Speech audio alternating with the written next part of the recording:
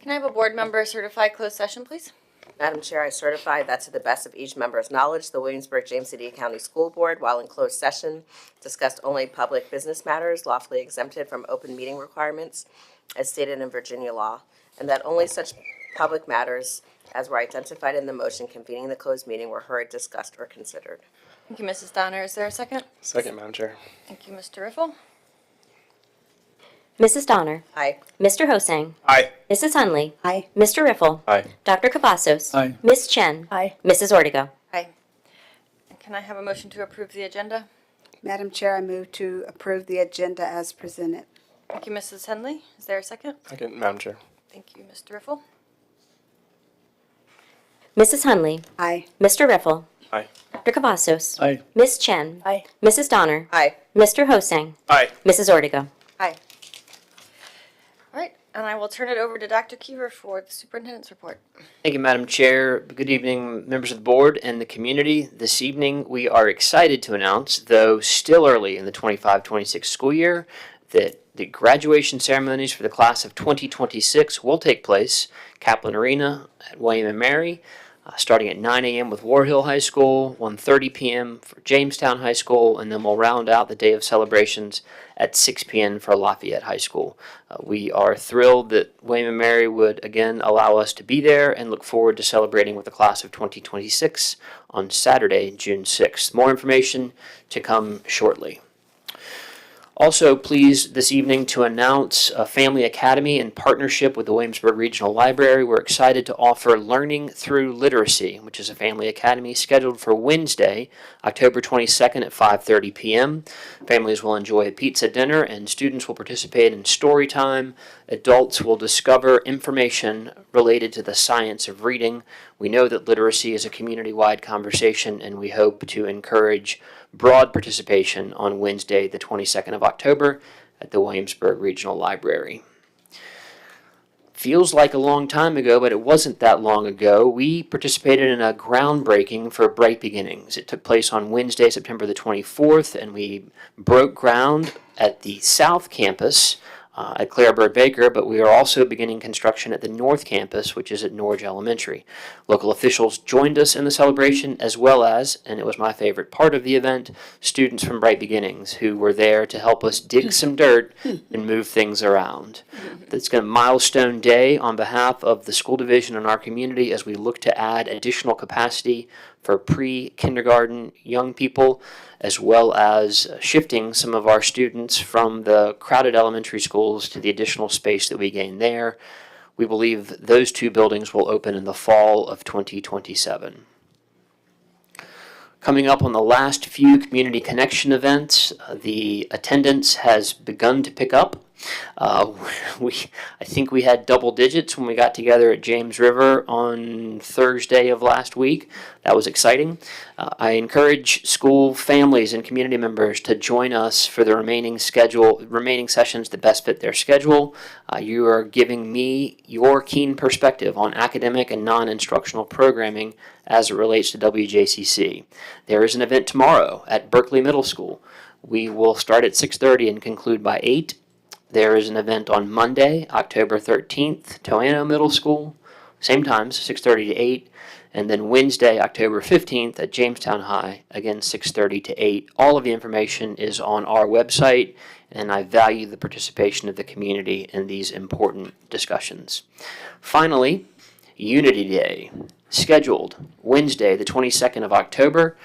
We are not mentioning it to the board on the 21st because I would be in an orange tie and you would be wondering why. I'm telling you now that I'll be wearing an orange tie on Wednesday the 22nd as we stand up against bullying with WJCC. So Unity Day is just around the corner. Madam Chair, that concludes my announcements for this evening. Thank you, Dr. Kiever. Are there any reports from board members? No? All right. We will move right along to item 5.01, review amendment to FY26 grants fund budget. Yes, ma'am. Thank you. Renee will talk us through several of the incoming grants that we have received which necessitate us making a change in those grant budgets. Renee? Thank you, Dr. Kiever. Good evening, Madam Chair, and members of the board. This agenda item for your consideration is to amend our grants fund budget to reflect additional grant funds that we have received in the amount of $259,876. We were awarded a school security officer grant again to support the 9 security officers at our elementary schools. This grant award is $206,865. We've also received a school security equipment grant in the amount of $49,511. These funds will support equipment upgrades at James River, Norge, and Matoka. Additionally, we've received a Whole Kids grant in the amount of $3,500 to support an edible educational garden project at the Restorative Center that will help children engage with fresh fruits and vegetables. With the addition of these grant funds, our new grants fund budget will total $7,028,876. I'd be happy to answer any questions that you may have. Thank you, Ms. Ewing. Mr. Hosang? The school security officer grant, is that one that ends this year? I know we were talking about when we were dealing with the budget. Is that the one that's going to end? Yes, sir. Okay, so we were lucky enough to get it again this year. Next year, that's going to be on us. Yes, and it's already built into our current operating budget. Okay. Right, and this is a match grant, right? We match, is this 50% of what it, It's the match amount is actually more than that. $243,000. Sorry? It's actually more than that. It's more than 50%. It is. It's Because LCI it's based driven. on the LCI for James City County. So the match amount is actually $243,135. that's what we pay. Yes, ma'am. Okay. Any other questions? Okay. We will move on to 5.02 and review budget transfer request for special education services. Ms. Ewing will again talk us through this. We continue to find challenges with staffing within the special education realm and need to enter into these contracts in order to help us provide the appropriate services. Renee? Yes, this agenda item is a request for a budget transfer from salaries and benefits to contracted services within the attendance and health services function and instructional function in the amount of $940,000. Due to continued staffing vacancies within special education, we've contracted with various vendors to provide services to the school division. Currently, we are utilizing contracted individuals to cover 9 speech-language pathologist positions, 1 nurse providing one-to-one services, and 1 ASL interpreter. We'd be happy to answer any questions you may have. Any questions from the board? So these are all positions that we have FTEs assigned to, but we just have not been able to fill. Yes, ma'am. And overall, 940,000, is that more than if we had employed all of these people directly, or is it pretty even? It's slightly more.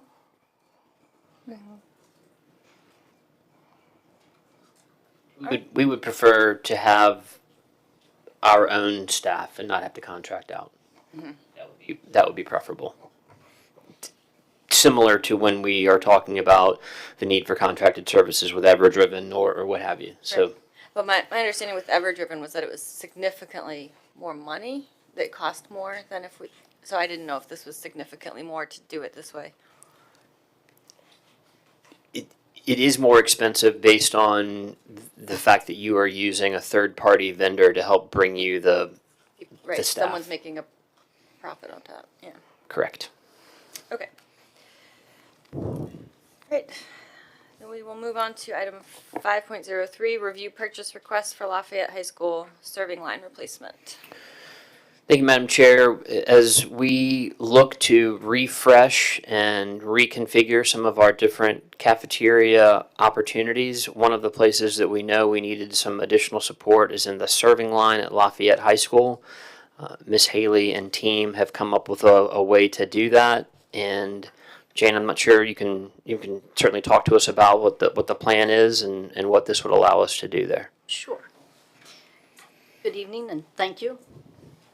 As part of the division's kitchen equipment replacement cycle, the Lafayette High School serving line and the accoutrements are scheduled for replacement. Serving lines have an expected useful life of about 15 years. And I can tell you that the one at Lafayette has well exceeded these 15 years. It needs help. In addition, the most recent facility condition assessment recommended replacement. The purchase and installation will be performed by Crest Food Service Equipment under the VASCUP contract UCP JMU 5530, which expires in June of 2029. And the scope of the work of this project includes removing the existing serving line and the equipment, setting in place the new serving line and installing it. And it has both heated and refrigerated display cases and disposal of the previous serving line. And I'd be happy to answer any questions that anyone might have. Any questions? I was waiting for you, Mr. Riffle. Of course. Thank you, by the way. And I appreciate hearing about the updates and what we're going to do for nutrition. I just want, is flow going to change at all in the room for students, or is it generally going to be the same? The general flow will be the same. The only thing that will be very different is in the third serving line, we're replacing all three of them. In the third serving line, we've changed some of the equipment in there so that the students will be able to access the hot sandwiches much easier. And that'll also have a refrigerated display case in each one of the serving lines, which currently they don't have, so it'll allow them to offer additional products that they'll be able to grab and go. Thank you. Mrs. Hundley? So, how long does this take? I'm assuming they'll do it, the kids won't need the serving line. Will they do it over the weekend? Then they can use it? Well, once everything is approved and we actually order it, it'll probably take anywhere from 4 months to 5 months for the manufacturer to generate everything that we need.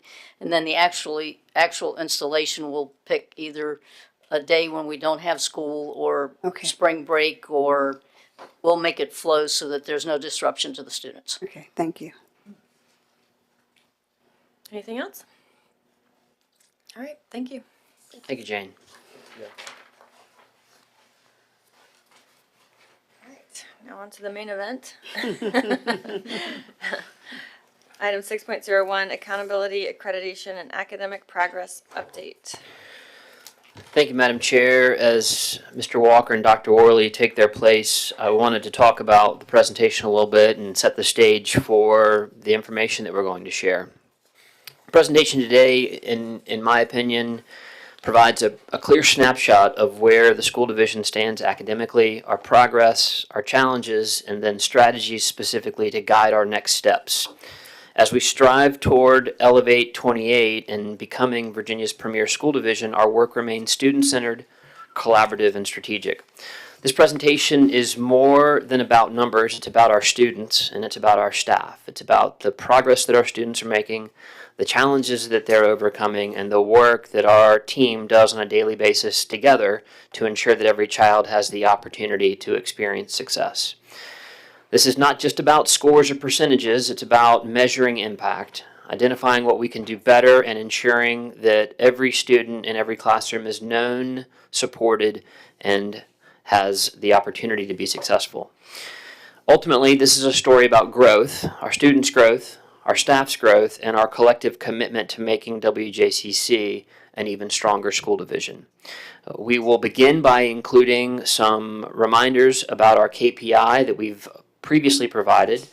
We will give additional KPI information related to academic achievement, and then really dive into some of the student performance on the 2025 state assessments. I should say that there is some information related to accountability and accreditation that is not yet available for us to be able to share publicly. That will likely start to come forward next week. And we pledge to bring back to you information or share with you in the community information as we know it to be formally legitimate. And we're going to make some educated guesses this evening on a couple things, but we do want to wait to share all of the data with you and the community as we get into it. So let's go forward. And I think, how are we doing?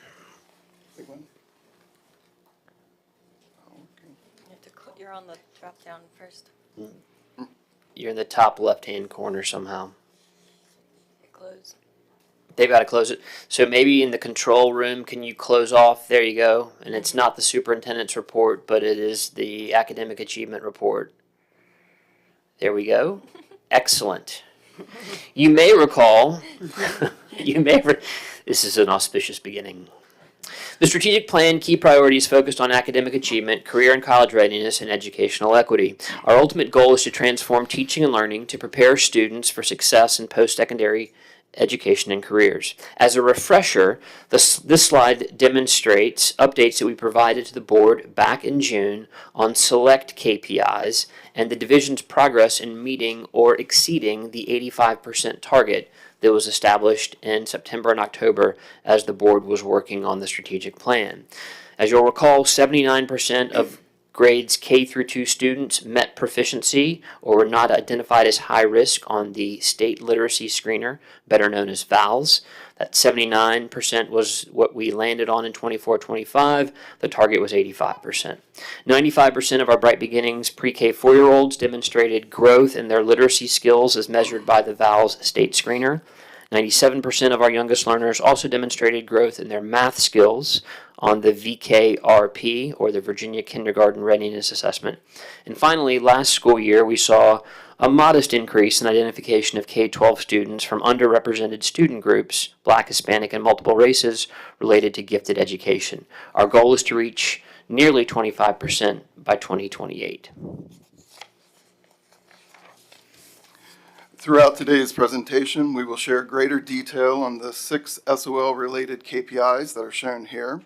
However, here is a summative overview of the progress. 78% of students met proficiency on the grades 3 through 8 and end-of-course English reading SOL tests, and 88% of students in grades 4 through 8 demonstrated growth in their reading achievement. 77% of students met proficiency on the grades 3 through 8 and end-of-course math SOL test, and 83% of students in grades 4 through 8 demonstrated growth in their math achievement. 77% of students met proficiency on the grades 5, 8, and end-of-course science tests, and 80% of students met proficiency on the grade 10 SOL writing test. Additionally, today's presentation will outline targeted strategies to accelerate student learning and close the gap between current performance and/or our key performance indicators. We will focus on actionable steps, such as high-quality Tier 1 instruction, expanded support programs, and professional development that will drive measurable gains in student achievement. Dr. Worley will share progress on our remaining 4 KPIs for the key priority during the annual Portrait of a Graduate presentation in November. Although Virginia has used the term accreditation related to student performance for many, many years, it is now going to recognize 2 distinct systems. Accountability relates to school and student performance. Notice the rectangle around the letters spelling count, meaning schools are accountable for every student's performance, counting towards each school's designation status. Schools will receive a school performance category rating that is based on mastery and growth achievement, readiness, and graduation. Whereas accreditation, on the right, now relates only to compliance with meeting the defined standards of accreditation. Virginia Standards of Accreditation are designed to ensure that an effective educational program is established and that it is maintained in all Virginia's public schools regarding programming, staffing, instructional requirements, graduation requirements, and many, many other areas. Essentially, each school gets credit on an extensive checklist for meeting all these expectations. So each school will receive that second designation for meeting the standards of accreditation. I want to emphasize that this is year one of our shift into this new model. And we've talked about this with the board on a couple of different instances. This will be something that we also want to continue to share with our community as the shift away from saying, and we want to say that we're fully accredited because we want all of our schools to be accredited, but then also specifically, what is the framework designation that each school will receive once that data is fully available as well. So we'll be reporting out at least 2 categories. You want to talk about the third one? Yes. Yes. Yes, sir. Thank you. And individual schools may potentially receive a third designation if they are identified for not meeting federal expectations around various student reporting groups' performance. If a school is federally identified for not meeting those expectations, the school's overall performance category designation will be automatically reduced by 1 level. Let's take a look at how schools are currently evaluated by the new accountability framework. And as a reminder, this is the first year the state is using the school performance and support framework, along with accreditation compliance, to evaluate and report on our performance. Student academic achievement is now evaluated and reported in the accountability system through the new school performance and support framework, which is a model with weighted categories based on a 100-point scale. It focuses on student proficiency in English reading, mathematics, and science as measured by the SOL test and English learner progress. It recognizes the importance of student growth, student attendance, graduation, and future-ready skills in high school. It includes student reporting groups' performance in the new model that are aligned to the federal accountability requirements.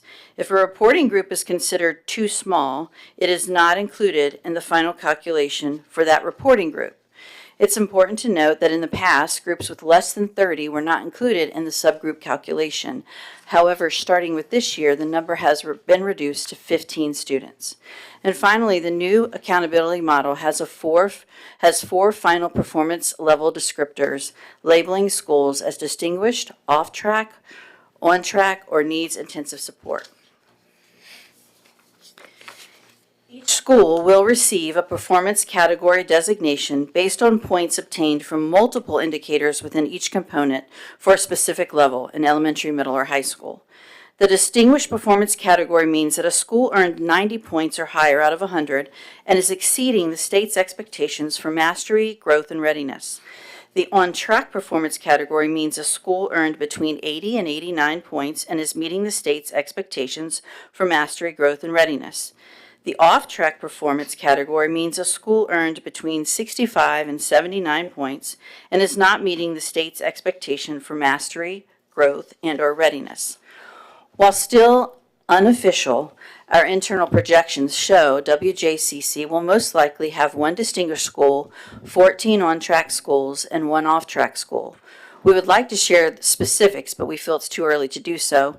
We hope to have official information as early as next week. In addition to a performance category, schools will also receive an accreditation rating. Remember from our opening slides, accreditation is no longer being used to describe student performance, as that's accountability. Instead, accreditation relates to compliance checklist with meeting the numerous criteria outlined in the standards of accreditation. The School Division Accreditation Report, known as VSAR, submitted in mid-August, has 9 overarching standards with 100+ questions. This report is essentially a compliance checklist, ensuring Virginia school divisions provide an effective, high-quality educational program for all students focused on student achievement and high school graduation, school safety, meeting staffing and infrastructure requirements, following local and state laws, and working collaboratively with stakeholders in the best interest of students. Each school will receive an accreditation designation based on meeting the criteria outlined in the Virginia Standards of Accreditation. For example, fully accredited means all evidence submitted is satisfactory and approved for compliance. Conditionally accredited means submitted evidence is unsatisfactory or non-compliant. By our internal data review, we believe that 100% of our schools will receive full accreditation for meeting all the criteria, but we have not received official designations from the state. Upon receipt from the state, we will update the board. Before we take a look specifically at academic data, I think it's important to understand the unique structure of our school division. Williamsburg-James City County Public Schools is one of the only few jointly operated divisions in Virginia. We serve two distinct localities, the City of Williamsburg and James City County, yet we operate as one unified division sharing a common mission, a common budget, and a common vision for student success. The next several slides will show our current student enrollment and demographic data from 24-25. The information will show WJCC as a combined school division and then disaggregated by data from each of the two localities, city and county. This data provides, we think, important context of who we are as a division and also as separate localities, our size, our diversity, and various factors that contribute to student outcomes and also impact staffing, class sizes, and what it does to inform our needs to ensure that students are meeting success across the division. We see diversity not as a gap to be managed, but as an asset to be leveraged, one that prepares our students to thrive in an increasingly interconnected world. As we look at the demographic makeup of our WJCC enrollment, we see a diverse student population. The largest group of students identifies as white, representing 52% of the enrollment, and the second largest group is black students, making up 19%. You can see the other designations, Hispanic at 17%, students identify with two or more races at 9.5%, Asian students at 2.7%, and American Indian representing a particularly small proportion at 0.2%. This distribution reflects the broad diversity within WJCC. This slide shares the race and ethnicity information across the two localities, with the city on the left and the county on the right, and this is as reported by our end-of-year state reporting, which was in June of 2025. On the right, the total student enrollment for the county is 10,151 students, approximately 90% of the combined total. On the left, we see 10% of the student enrollment consisting of city students, 1,082. The grand total of enrollment for the 24-25 school year as reported in June was 11,233. You'll note that on the right with James City County, there's a higher percentage of white students compared to Williamsburg at 34%, 54 to 34. Both localities have a relatively small percentage of Asian students, with Williamsburg slightly higher than James City County. Next slide, please, Sean. I think it's also important for us to look specifically at some of the subgroups within those two localities. This chart represents enrollment data for three key student groups: economically disadvantaged, English learners, and students with disabilities across Williamsburg and across James City County, and then combined in total for the school division. Economically disadvantaged students on the left, Williamsburg has the highest proportion of economically disadvantaged students at approximately 54.4%, which equates to 589 students out of the 1,082 that were enrolled. James City County at 35.8%, which was 3,636 students.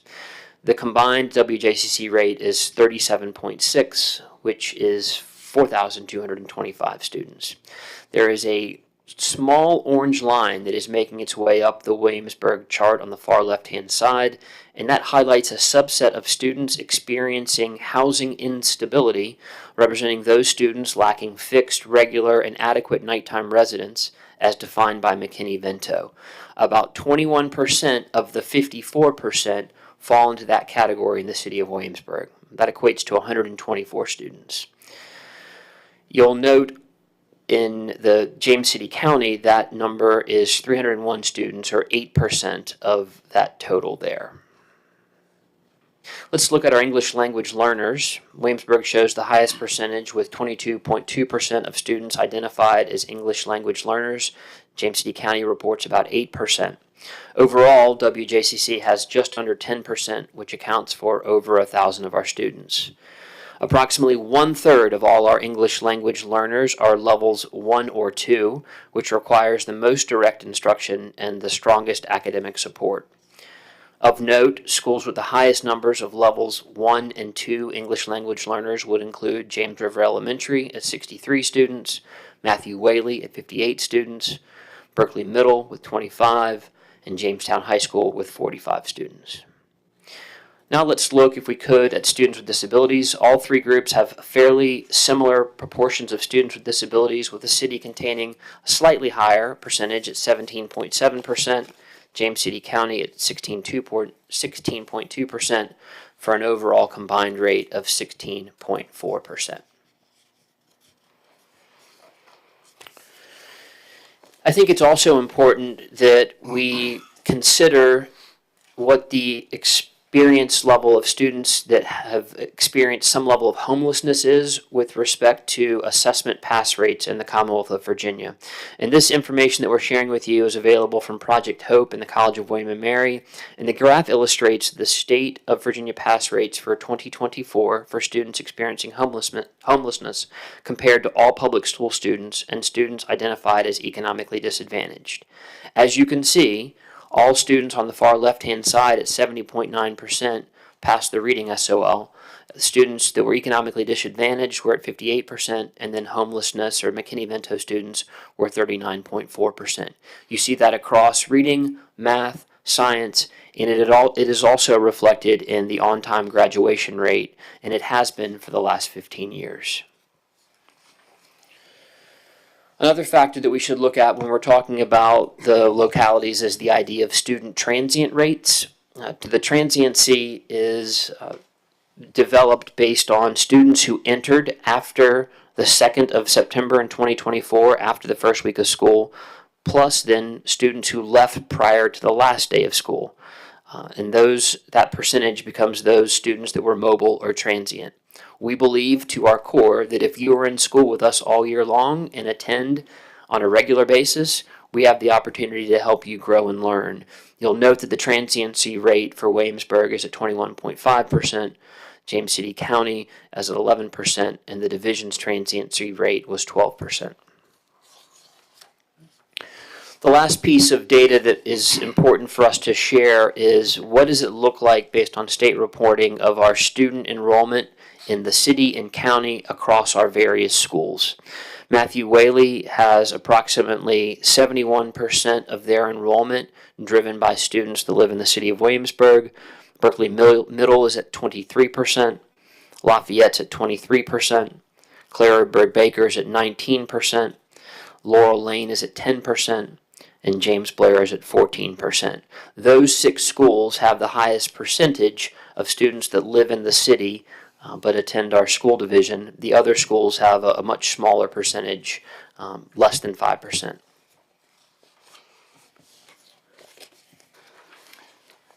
The next several slides will show the achievement results for WJCC students and also by the localities.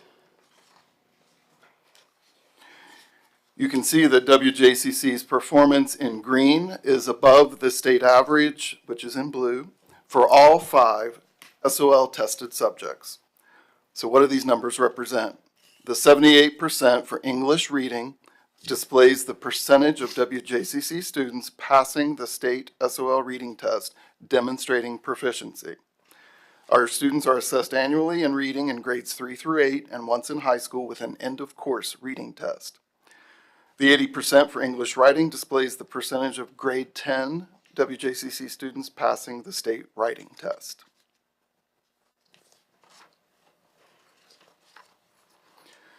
This slide shows the percentage of students pass proficiency rates by locality across the 5 subject areas for 2025.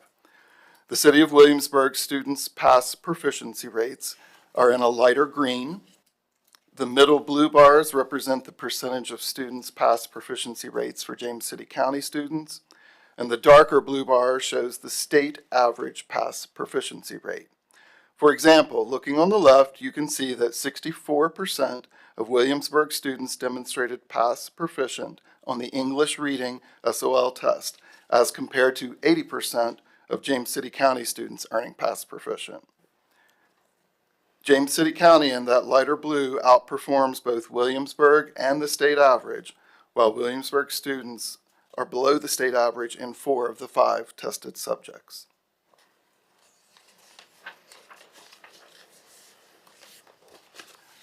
This graph shows the school division's SOL assessment data for 3 years. Reading the graph from left to right, the purple bar represents school year 22-23, the orange bar represents data from 23-24, and the darker bluish bar represents the most recent data of 24-25. The next several slides will report the data in this format. Our 24-25 annual pass rate results are English reading, 78%, English writing, 80%, mathematics, 77%, science, 77%, and history social science, 74%. And as a reminder, the history SOL scores are not part of the new state accountability system. As a school division, WJCC maintained reading and writing performance and showed slight improvements in math, science, and history. Our staff is committed to embracing continuous growth and seizing every opportunity to increase achievement for all of our students. This 3-year graph shows the combined annual pass rate of our 9 elementary schools across the 4 content areas for grades 3 through 5 students. The darker blue bar is the 2025 data showing English reading at 73%, mathematics 78%, science 75%, and history 72%. The thinner red line represents the state elementary school average for all the elementary schools across Virginia. And as you can see, our combined 9 elementary schools average is above the state average in all 4 tested subjects. We celebrate the positive increases for math, and we recognize that there is continued work needed in English reading to meet and exceed the 85% proficiency rate, which is outlined in our division strategic plan. For the 24-25 school year, growth was determined by VIVAS, Virginia Visualization and Analytics Solution. The VIVAS statistical model uses a student's SOL test history in all subjects, along with the test history of their peers from across the state of Virginia, to determine an expected and actual SOL score for each student. The difference between these 2 scores identifies whether growth was met for that year. These pie graphs display the percentages of grades 4 and 5 students achieving various levels of growth. Exceeded expected growth, met expected growth, below expected growth, and did not meet expected growth.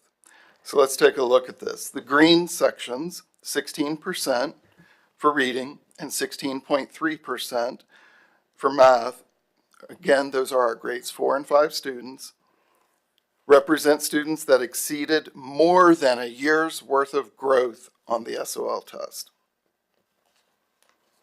The bluer part of the pie there shows 32.9% and 33.1%, or about 1/3 of our grades 4 and 5 students across the division met the expected year's worth of growth. Although the students represented by the purple pie pieces in the 2 graphs did not meet their full year's worth of growth, they still demonstrated some growth on their SOL test in reading and math. Overall, 85 to 87% of our 4th and 5th graders demonstrated various levels of growth, and they earned points in the new accountability model. Like the earlier. I think that's worth underscoring that, and there are other pieces, and I've purposely not stopped along the way, but I think that one of our primary goals is for our students to show growth over the course of the year, and this is an indicator that between 85 and 87% showed some level of growth. Is there work still remaining? Absolutely. Are our teachers working hard? Absolutely. But this is just something I wanted to point out as we continue to go. Kathy, I'm sorry. That's great. Can I ask one quick? Yeah, I probably made a mistake, but go ahead. No, it's not you. Can you just explain, because when I know you just made a distinction, but when I see the words there, what's the difference between below expected growth and did not meet expected growth? Because to me, those are the same thing. Below expected growth, they still met some of the growth for that school year in reading and math did not meet expected growth at all. It didn't grow at all. Did not Essentially, meet so any we could expected even growth. we could take the word expected out of that one. Correct. Just say no growth. Okay. Right. That did not demonstrate growth at all. So similar to the elementary slides that you just saw, this graph shows the annual combined pass rates of our 4 middle schools across the 4 content areas for grades 6 through 8, which includes initial tests and retakes, approximately 2,700 students. Current pass rates in the blue bars include English at 79%, math at 74%, science at 74%, and history at 79%. The thin red line represents the state average for all middle schools in Virginia, and you can see that our combined 4 middle schools average is above the state average in all 4 tested areas. Like the elementary slide shown previously, this slide illustrates the growth of middle school students in grades 6 through 8 in reading and math. Looking at the green sections, 18.4% and 13.1% of our students exceeded a year's worth of growth in reading and math. The purple sections represent the students that did not fully meet the expected growth, but they did demonstrate some academic growth. Overall, over 80% of our middle school students demonstrated various levels of growth and earned points in the new accountability model for their schools based on their reading and math SOL test performance. This graph shows the combined academic performance of our 3 high schools across 4 content areas, initial tests and retakes. The English pass rate represents the combination of reading and writing data. The 2025 overall pass rate for English is 84%, mathematics is 86%, science is 81%, and history is 56%.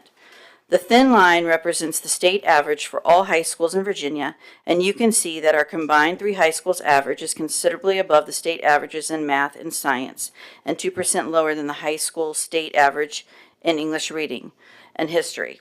You may be wondering about the history social science graph and the lower performance. The state allows flexible options for students to demonstrate mastery in social studies.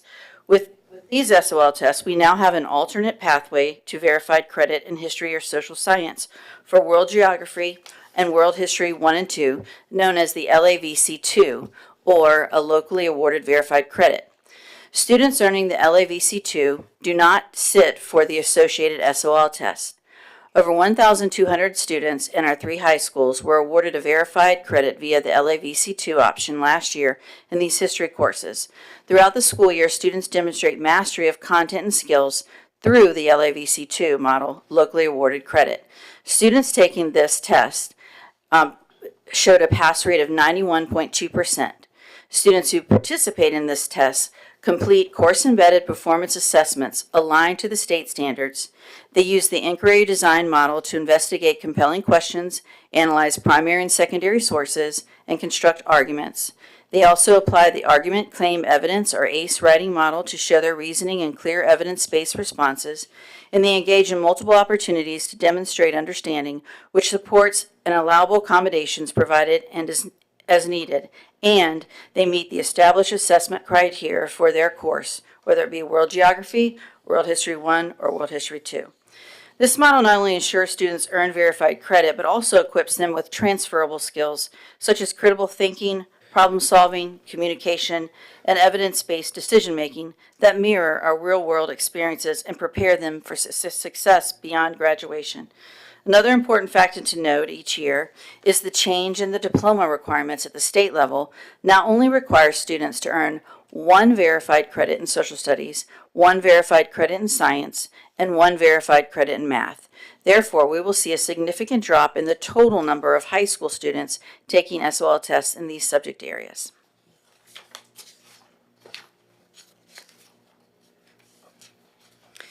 The next few slides take a deeper look at how groups of students are performing on the state assessments within our school division.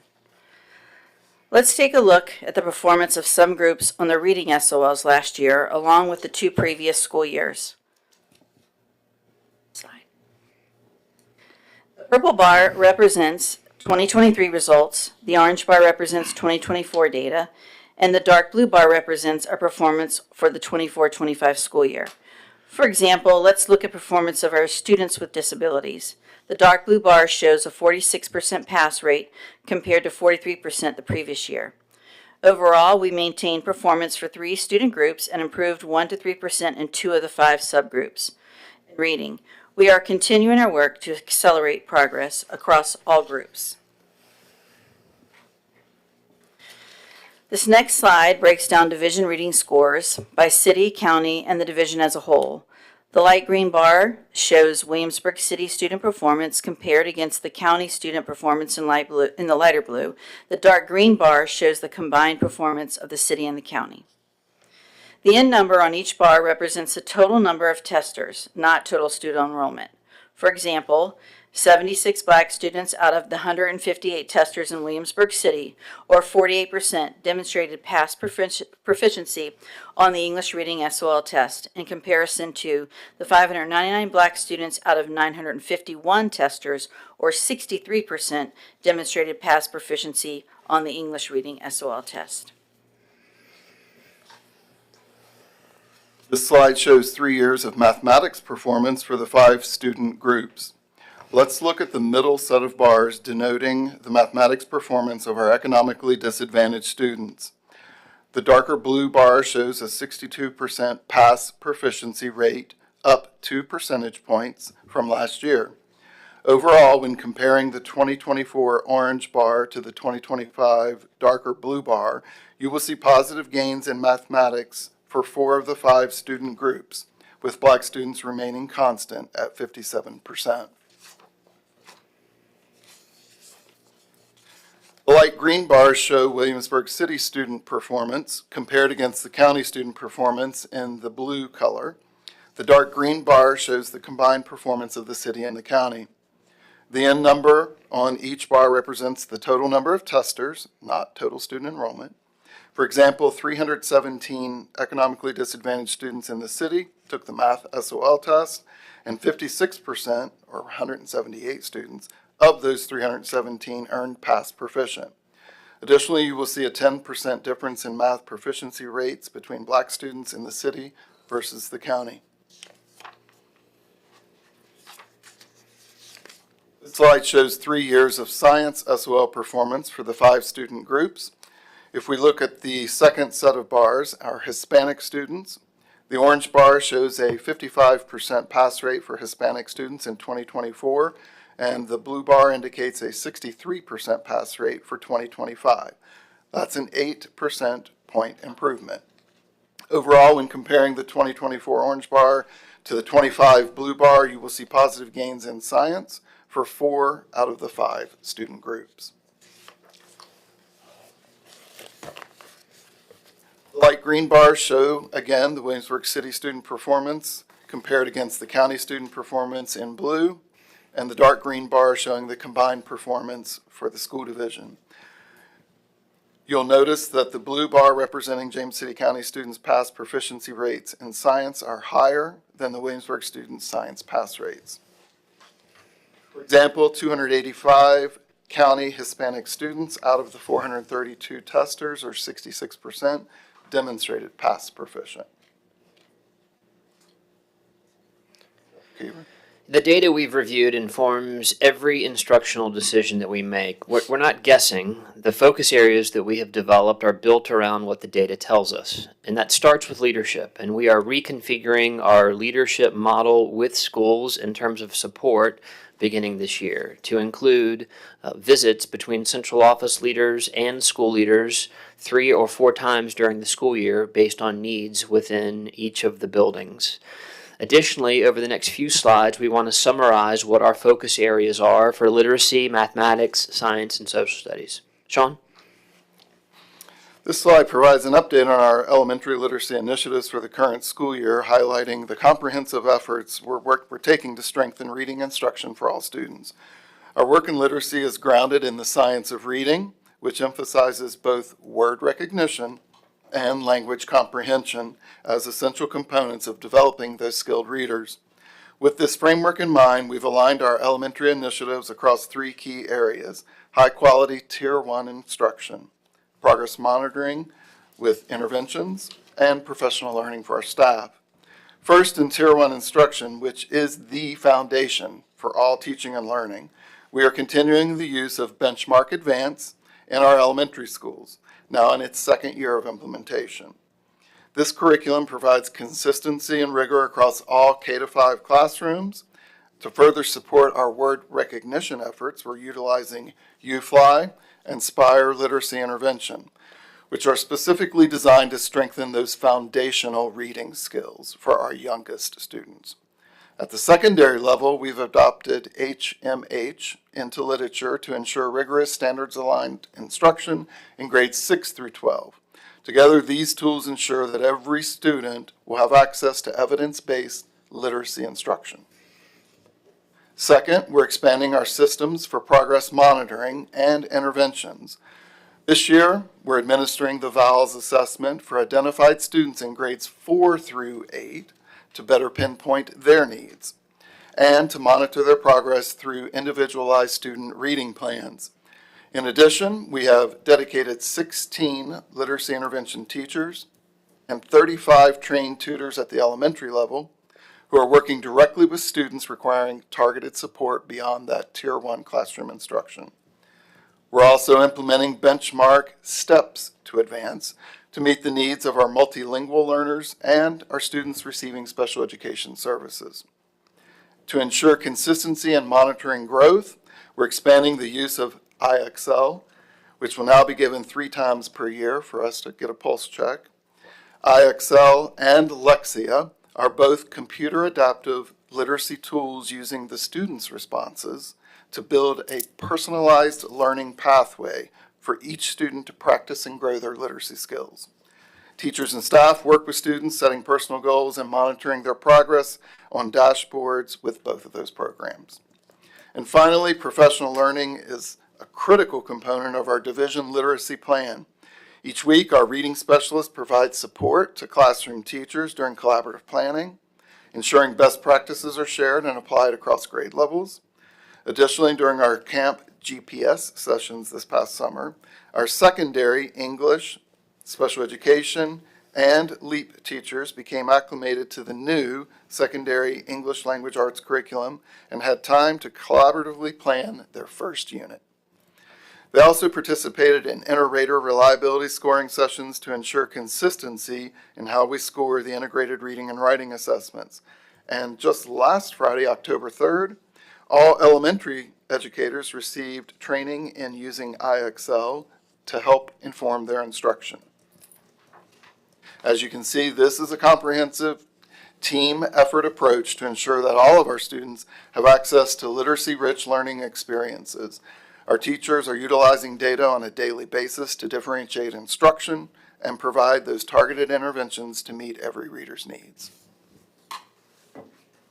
Much like our approach to literacy, our aim in math is to ensure every student receives high-quality instruction supported by robust progress monitoring and professional learning for our educators. The strong foundation in math begins with that Tier 1 instruction. This year, we launched KIDM in our elementary schools.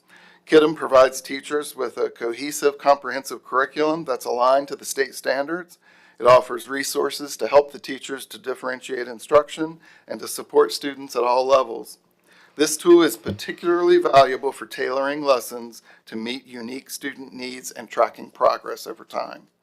To maximize learning time, our elementary schools now have a dedicated 60 minutes of daily time for core math instruction, plus an additional 30 minutes of differentiated small group work built into every schoolmaster schedule. This structured approach ensures that students not only learn the grade level content, but they also receive targeted support or enrichment if needed. In Math 6 and Algebra 1, we're expanding the use of hands-on manipulatives to help students better grasp those abstract concepts. These tactile tools deepen understanding by making the mathematics more visual and interactive, which is especially beneficial for the students who need additional support transferring to the abstract higher level math. We're also updating the secondary math curriculum, including unit plans and assessments that are fully aligned with the new Virginia Standards of Learning in Mathematics. This ensures that we teach and what we assess is consistent and rigorous and reflective of what students need to succeed. Progress monitoring and interventions. In addition to strengthening the core instruction, we're focusing on the learning needs of all of our students. We now have 13 elementary math interventionists dedicated to supporting students who need that extra help. They work alongside teachers to provide targeted instruction to accelerate the students' learning. Again, we've expanded the use of IXL. We'll have common assessments 3 times per year, giving us timely data to help keep our pulse on the instruction and the needs of our students. For secondary students, Algebra 1 mid-year review assessments will provide an early checkpoint to identify any gaps before the end-of-year exams. This proactive approach helps us to intervene earlier and keep students on track.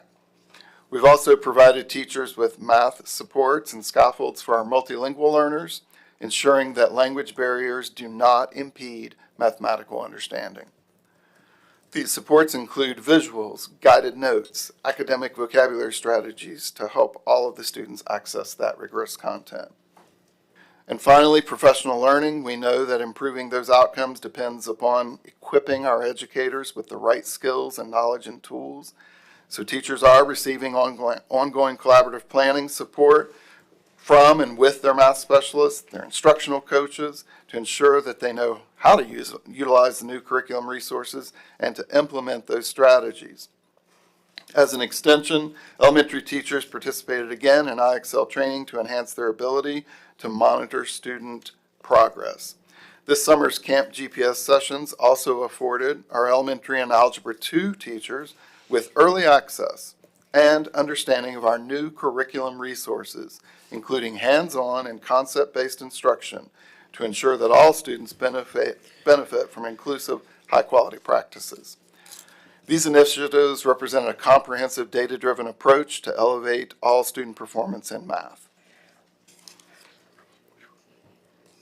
Science.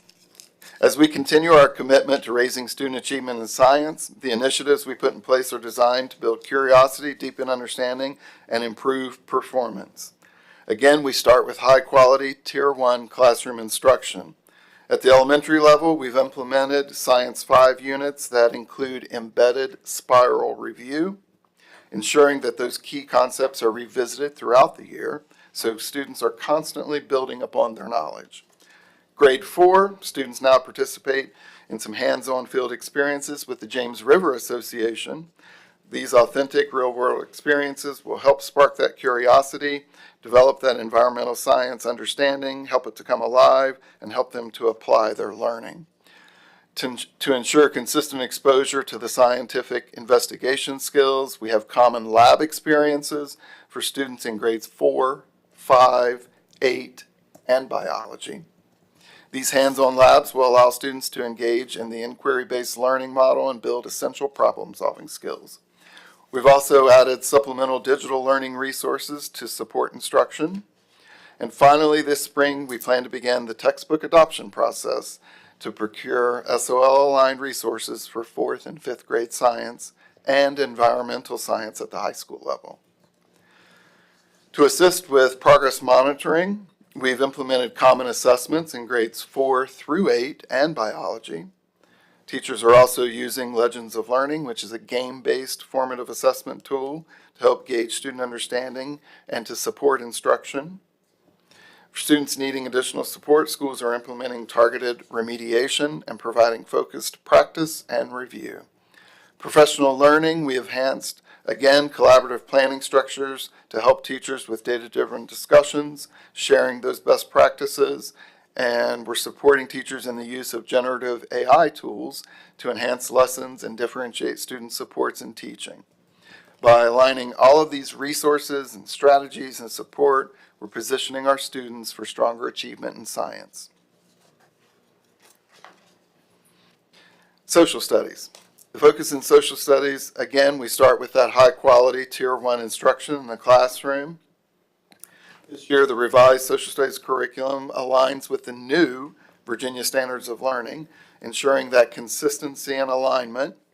We've also created resource repositories which serve as a centralized hub for lesson plans, primary source materials, and assessment tools.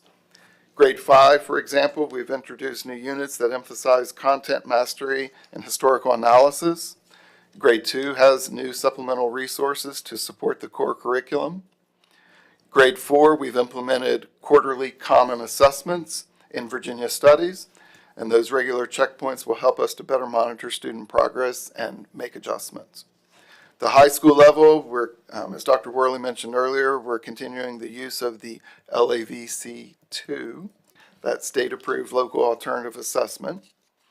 And professional learning during our Camp GPS sessions for high school social studies, teachers explored strategies for developing those learning skills that students will need to show success on the LAVC2. Additional professional learning opportunities to emphasize strategies for that background knowledge and vocabulary, supporting writing, helping students to think critically, analyzing evidence, and evaluate and engage with content more deeply. Through all of this, we believe that this will support student learning and teacher effectiveness.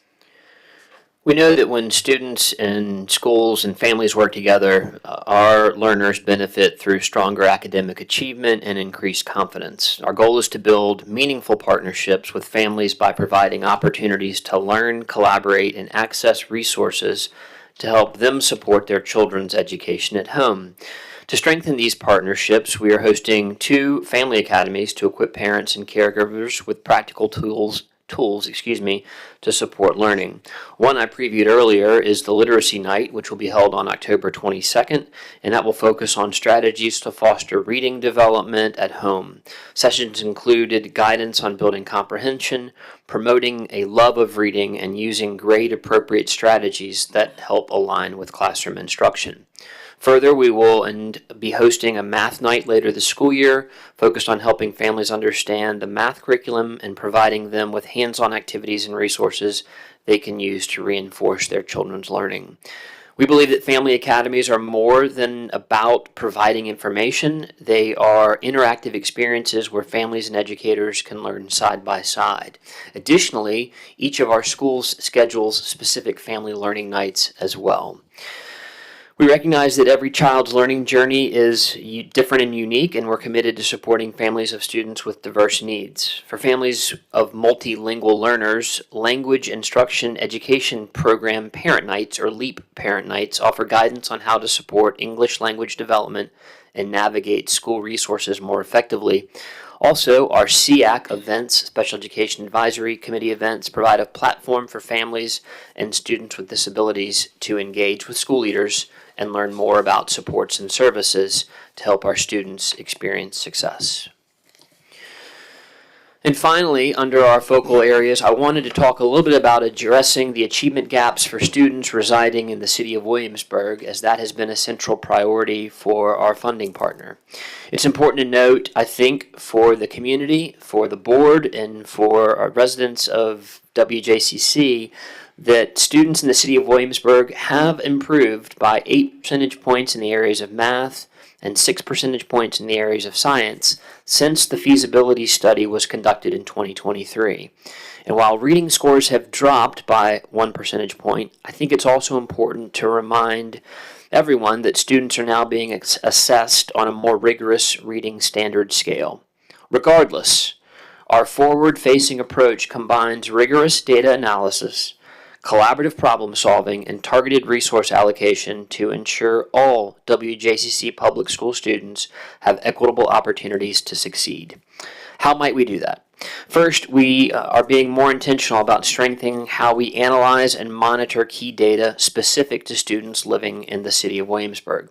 This includes a deeper dive into student achievement data, enrollment trends, attendance, behavior, tiered supports, class size ratios, and teacher quality, which includes licensure status for teachers. By examining these data points more collectively, we can identify patterns that influence student outcomes and focus on the factors most closely tied to achievement gaps. Regular progress monitoring will also guide decision-making and help ensure accountability. In addition to numbers, we will work to gather qualitative data, such as feedback from teachers, families, and students, to better understand the lived experiences behind the data trends. We believe this will allow us to conduct a root cause analysis that goes beyond surface level symptoms to address the underlying barriers that contribute to the achievement disconnects. The combination of quantitative and qualitative insights, we believe, will help make us data-driven and but absolutely contextually informed better decisions. To ensure that the work is collaborative and sustainable, we intend to convene a community of practice that will bring together school division leaders, liaisons from the City of Williamsburg, to meet regularly, to analyze, discuss data, to share insights, and identify cross-functional and systemic recommendations for improvement. I believe, that by bringing stakeholders to the table, we can better align resources and strategies across the agencies to help more support our students. Finally, we're going to examine the need for additional staffing supports for schools that serve a high percentage of students from the city. This may include interventionists or other specialized roles to address targeted needs. By focusing staff resources where they have the greatest impact, we can ensure that these students receive the intensive supports necessary. Our current elementary class size averages are strategically lowered at James River at 18-1, Matthew Whaley at 20-1, and Clara Bird Baker at 19-1. Similarly, right now, Matthew Whaley has 3 LEAP teachers due to the high numbers of English language students, and 66% of those EL students having little to beginning English language acquisition. This is a unique challenge. This is a complex challenge, but this team is committed to being transparent and collaborative as we dive deeper into understanding and strategically responding the needs of our students. With that, we will pause here and take some questions. Thank you, Dr. Keever. All right. Any questions from the board? It's a lot to digest, but.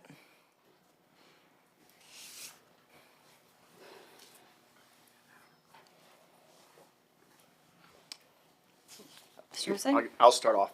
I guess on slide 3, I guess this is more of a school board question.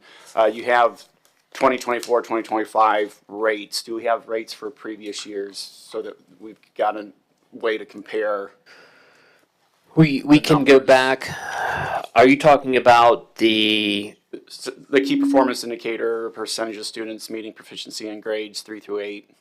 We can provide that information. I think that part of our deliverable with respect to the KPI was knowing what we did in 2024, 25, and then the target that the board set during the strategic planning process. So part of the data that you're talking about is available in some of the other slides that we went through this evening, but we could potentially go back and look at some other target rates. I will say that there have been shifts in students taking tests and PALs became VALs, and so part of the challenge with going back multiple years is that the things have shifted as we've gone. Okay.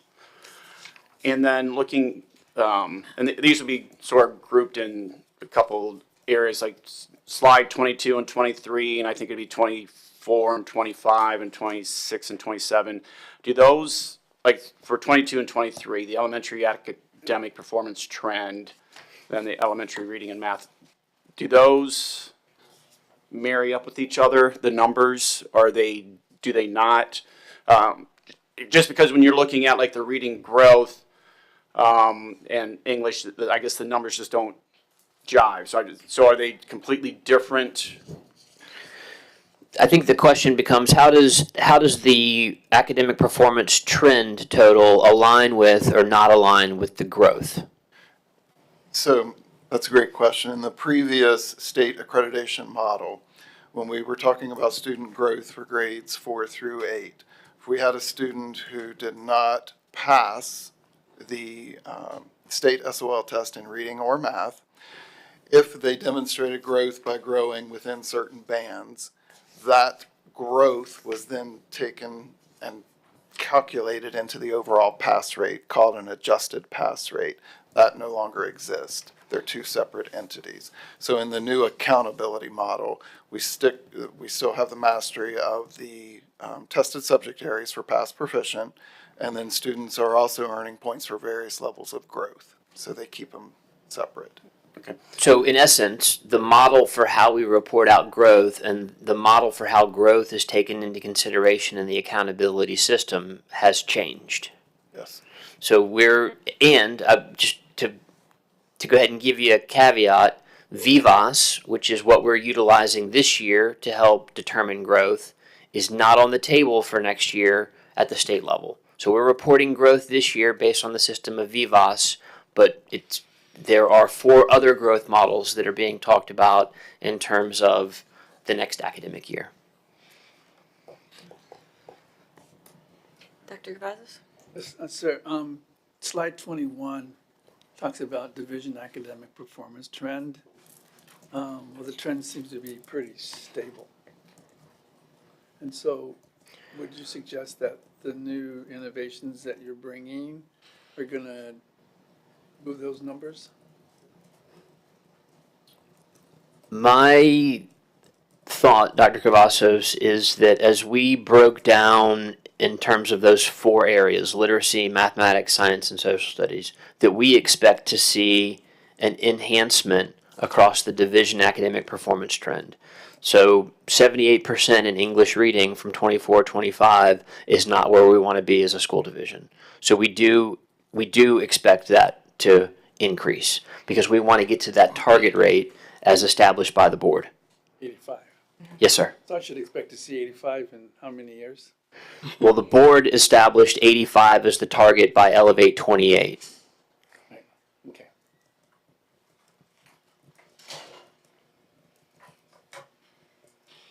Any other questions?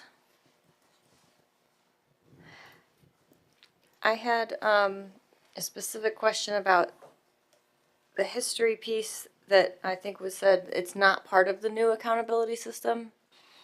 Why is that? And it was also not part of the previous state accreditation model either. Oh, they just didn't care about history? Well, I'm not saying that, but Wow, that's No, a big no, night. I'm, Put that gun just down. was never, that just it, didn't it, factor it in. was not part of it. The focus was on Reading, math, and science.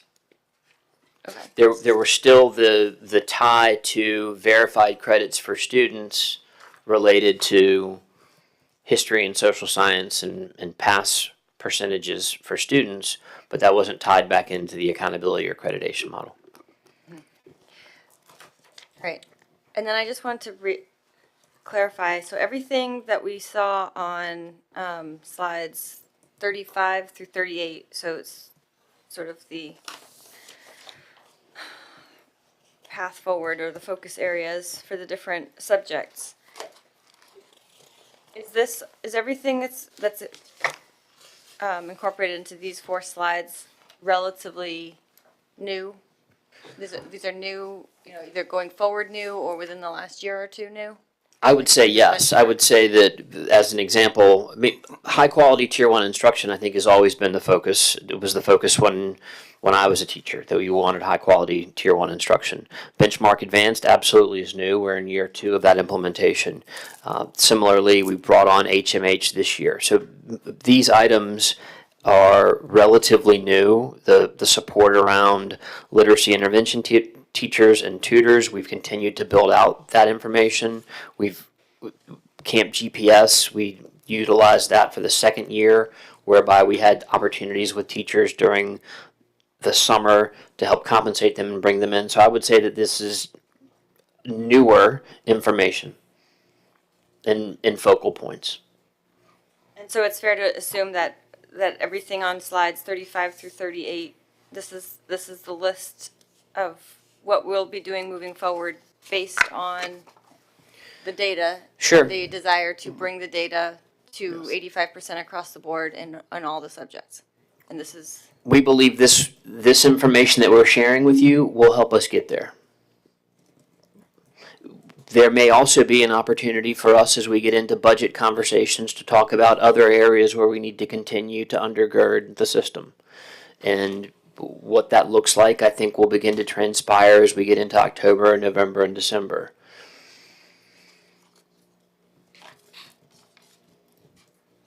Riffle? First, thank you for the presentation. I just have a question based off the focus areas. I think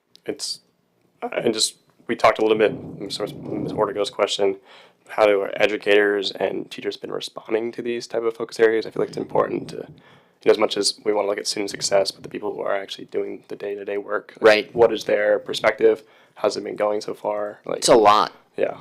I think that, so as I watched your faces as Mr. Walker was going through the listing around high quality Tier 1 instruction, progress monitoring, and professional learning, there was maybe a sense that this was a lot of information. And frankly, that's by design because it is a lot of work every day for our staff members and our central office support members, school-based personnel. So I will say that last year it was a challenge at the school level as we brought on the benchmark advanced curriculum and brought people to the table to participate in learning about that, which is why at the elementary level last year we did additional professional learning days. This year is not totally different because we've asked for 2 additional professional learning days at the elementary level specifically around the math and the math curriculum. So the work our staff is doing, I think in a lot of cases, is heroic when it comes to helping our students be in a better position to experience success. But let's make no mistake, it is a significant amount of work. Sure. Thank you. I'd like to follow up with a question about technology.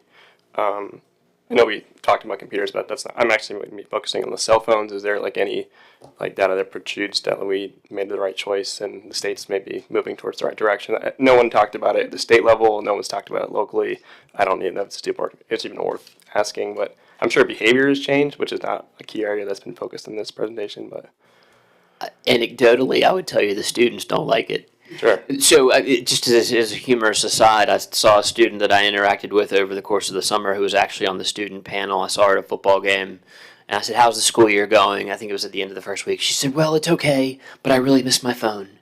And so I think that for students, it has been a challenge. I don't believe that this year we have seen some of the behavioral instances that we might have seen in year 1. Part of that goes back to the fact that I believe that we were ahead of the process. There was the executive order. We went ahead and aligned with the executive order before the legislation. So we're really in year 2 of that from the start of the day to the end of the day, whereas other school divisions across the Commonwealth are now having to kind of back up and say, how do we get this accomplished? So I believe that we're in a better place this year. And my final question. I guess retention is a big question that comes around this, specifically towards the K through 5 area. I know that we've talked a lot more as a board, but what is the perspective from the staff to each other to the central office? How we feel as a division that these focus areas are suggesting a good place to start. If this is a teacher's first year or this is year 2 for them, but they just implemented a new curriculum, right? There's a lot of different scenarios we're working through that's different than 6 years ago when teachers were sitting for 18 years plus in divisions and they weren't being headhunted to go somewhere else. So is there a specific? I just think how's retention felt to the building, even from principals' perspectives Right. on these areas. It'd be great to do the high quality tier instruction, but we have 4 teachers who are associate teachers in this grade Right. level, right, or whatever. Well, so part of how we measure that, and as we get into November, I believe we will bring the school board a recruitment and retention presentation that delineates how we did over the course of the last year in maintaining our workforce. By numbers alone, we hired fewer new teachers to the school division this year than we have over the last 2 or 3 years. So in some ways, that means that we are retaining those that are here, which is a plus. The talent pool and the number of people that we have to draw from continues to get smaller and smaller. So the alternative pathways that are available for folks to become certified or endorsed is helpful, but I think that also creates some internal work for us in terms of mentoring programs and helping those folks who want to transition into teaching learn how to do it. The associate teacher program or the iTeach program I think has been beneficial, but it's not been without work at the schoolhouse and support from administrators, support from central office, and then support from building mentors. It's just a closing statement, Madam Chair. I think from the questions I've asked, I think from the presentation, I think this is like a full team sport effort. I mean, not even just because we changed leadership at the superintendent level, but from the state to that, from here at the local level, like these are everything we're about to see further in the presentation, how other divisions stack up to these standards as well. It's definitely a new whirlwind of emotions that come with like seeing this data, but also the idea of like how much work it does to operate a $200 million school division daily. So The scenario that I think is important for us to so Sean, Kathy, and I have done the presentation tonight. We've said the words. Right. The work is happening every day in our buildings with our teachers and staff and administrators. There are people in this room that help put those words together and crunch the numbers. So we're the provider of the information, but by all means, the 2,000 folks on our team are engaged every day. So that's a great point, Mr. Riffle. you, Dr. Ura. To that end, I'll ask the question. I don't know if this is, I think you said something about bringing something back in November, but with budget items, from the perspective of board support, how do, we're part of the team as well. And aside from setting the standard and the goal that we're striving towards, what do you need from the board to make this happen? That's a great question. I'm not prepared to answer it specifically right now. I think that we have some additional opportunity as we look at the finalized data from the state in terms of exactly where we stack up with the school support framework. What does the specific data tell us? And I think we'll go from there. So I don't want to get too far ahead of myself because while we are projecting outcomes, I want to see it in writing first. Mm-hmm. And then I also want to be able to share with the board, likely in November through the transition report, some key action steps that I think we can take in order to continue to propel forward. Mm-hmm. So to be continued. Mm-hmm. Okay. Is that fair? Yes. Yes. But I imagine going forward, we will be looking at budget priorities surrounding staffing and additional compensation. aids and compensation. I don't think there's any question that will be, I think that will be absolutely items that we would want to bring forward. Last year we had 48 positions in our operating budget request that as the funnel got tighter towards the end, we decided to prioritize compensation and didn't prioritize the positions. Those positions are no less important than they were last year and would likely have a net positive impact for us had we been able to utilize them. So I think that as we get into that budgeting process, you will see a revisiting of some of those key pieces and or a narrowing of the aperture, as it were, in terms of exactly which ones we feel like we need to have. Okay. All right, board members, are there any other questions? I believe this is where we will take a brief recess so we can all regroup. And but are there any other questions for the first part of this before we do that? No? All right, and we will take a 7-minute break. Thank you.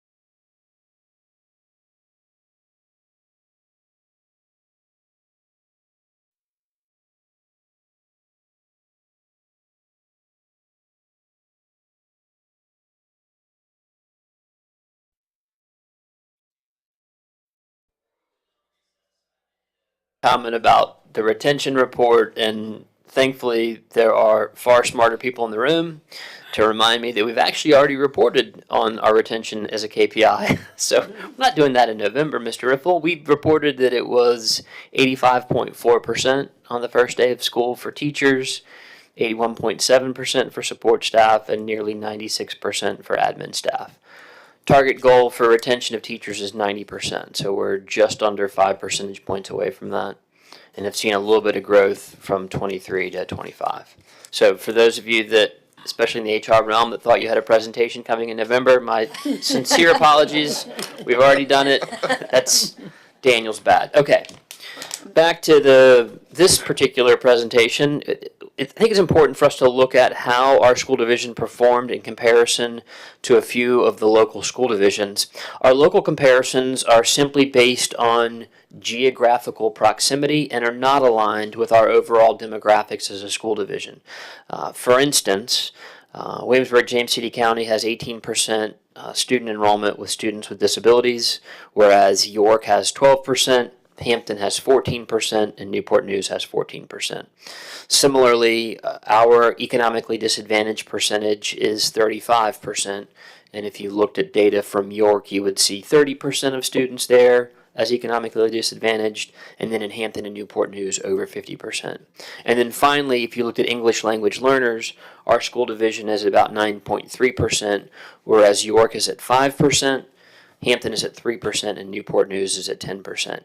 I do know that we have a tendency to look at our neighbors and wonder how they're performing relative to how we're performing, so we want to share that data with you now. So we'll take a look at reading across our local school divisions. This slide shows reading performance in WJCC compared to 3 local divisions. WJCC is represented in the green bar on the left. The overall raw pass rate for reading is 78%, ahead of 2 out of the 3 local school division comparisons. The next slide shows our raw math pass rates compared to the local school divisions. Again, we are represented in the green bar on the left with a math pass rate of 77%, ahead of 2 of the 3 local school division comparisons. Moving to science, this slide shows pass rates with Williamsburg at 77%, ahead of 1 of our 3 local school divisions. And this next slide shows the Comprehensive Instructional Program, or CIP, which is a consulting company working with a consortium of 75 public school divisions of Virginia to improve student achievement.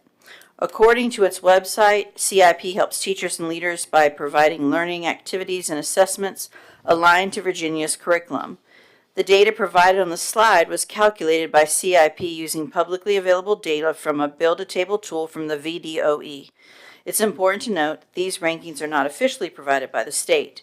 But as we look at the ranking, this slide shows the ranking of WJCC schools with our local school divisions based on an overall pass rate, meaning the total number of passed tests over the total number of tests taken.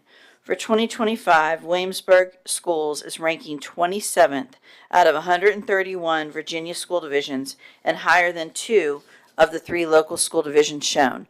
The chart also shows an overall rank gain by 3 points for WJCC comparing 2024 to 2025. As we've done in past years, we also think it's important to look at how our school division compares to school divisions that look more like us for both reading, math, and science. What does it mean when we say school divisions that look like us? We mean their number of schools in total, their enrollment, for instance, their per pupil spending, the percentages of economically disadvantaged students or special education students, and ultimately their operating budget. So let's talk a little bit about what those 6 divisions are. As a reminder, we have typically compared ourselves to Augusta, Bedford, Fauquier, Frederick, Rockingham, and Suffolk. These divisions are similar to WJCC in the 7 areas of enrollment, number of schools, per pupil spending, operational expenses, percentage of student demographics and students with disabilities, etc. You will see WJCC data on the far left in green, followed by those 6 similar school divisions in alpha order on the next 3 slides.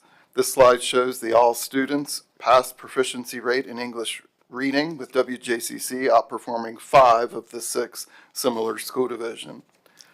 The 78 represents a 78% combined pass rate of all students taking a reading SOL test in grades 3 through 8 and the end of course reading in high school.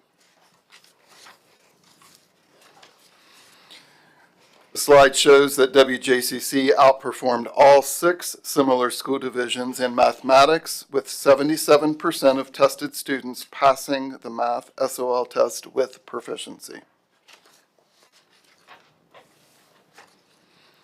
This slide shows that WJCC outperformed 5 of the similar school divisions in science, with 77% of students testing, demonstrating past proficiency on the science SOL test.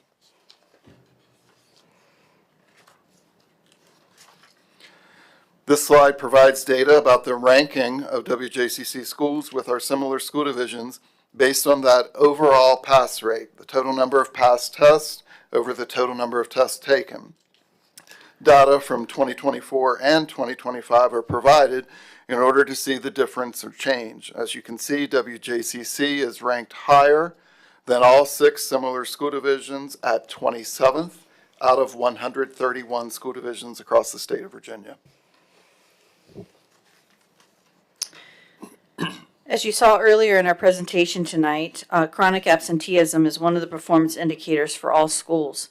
We have set high expectations for student attendance in Williamsburg-James City County, and we will continue partnering with families to ensure students are attending school every day. So let's take a look at chronic absenteeism for WJCC schools.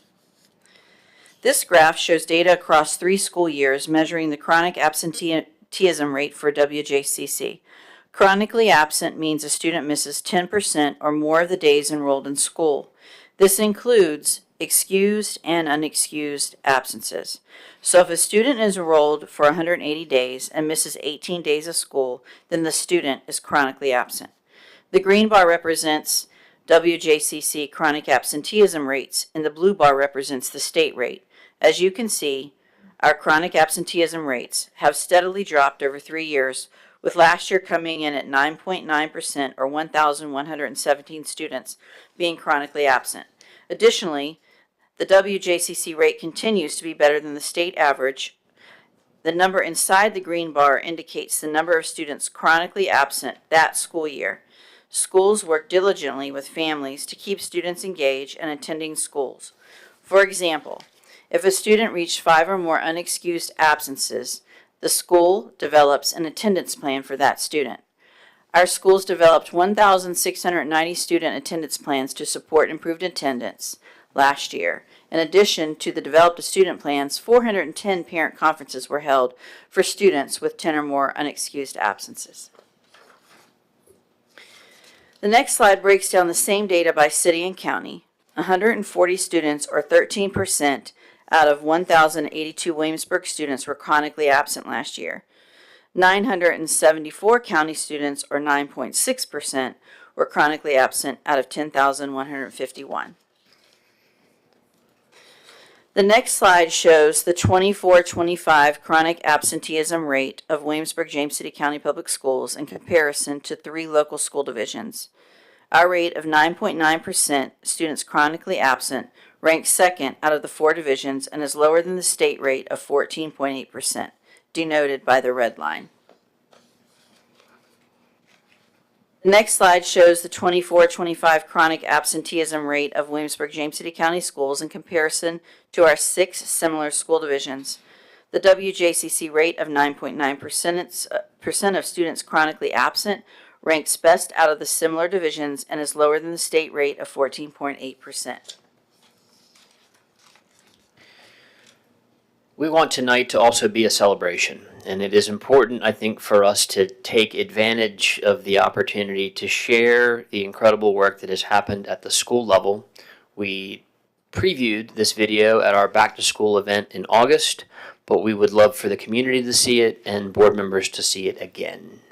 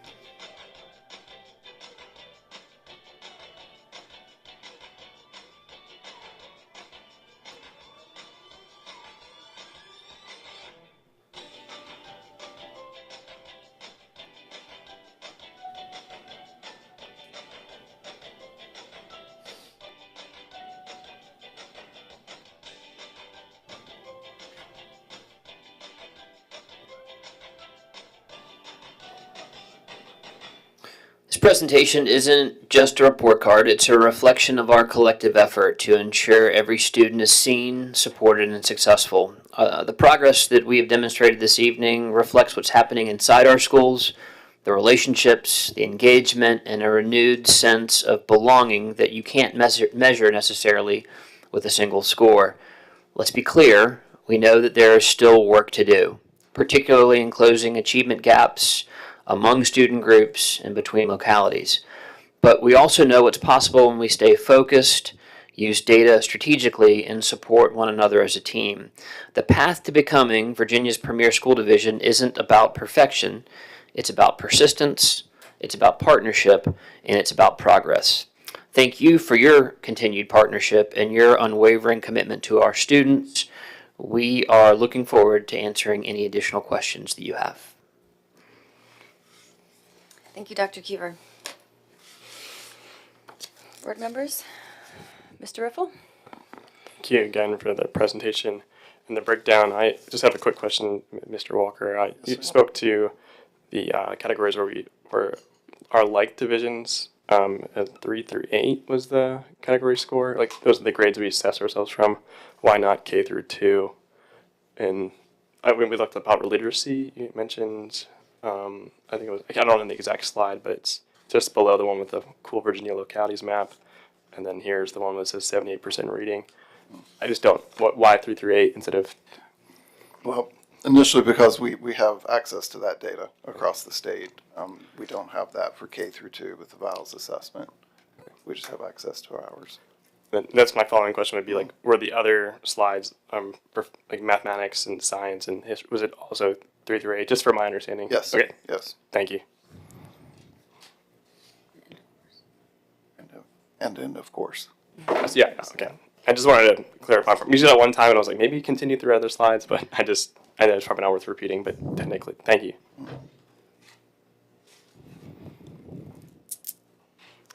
Any other questions from board members for the second part? As you continue to consider your role in your visiting schools on school visits that I know are coming up in the month of October, I hope that you will reflect on some of the questions that I shared in terms of that questioning protocol as you're engaging with school leaders and staff around the amazing work that's happening in our buildings, and help to celebrate the accomplishments and also continue to encourage where we have additional refinement to do. I have a question. Will we, and I'm trying to remember if I should know this, but do we ever see anything like this presentation of scores by school?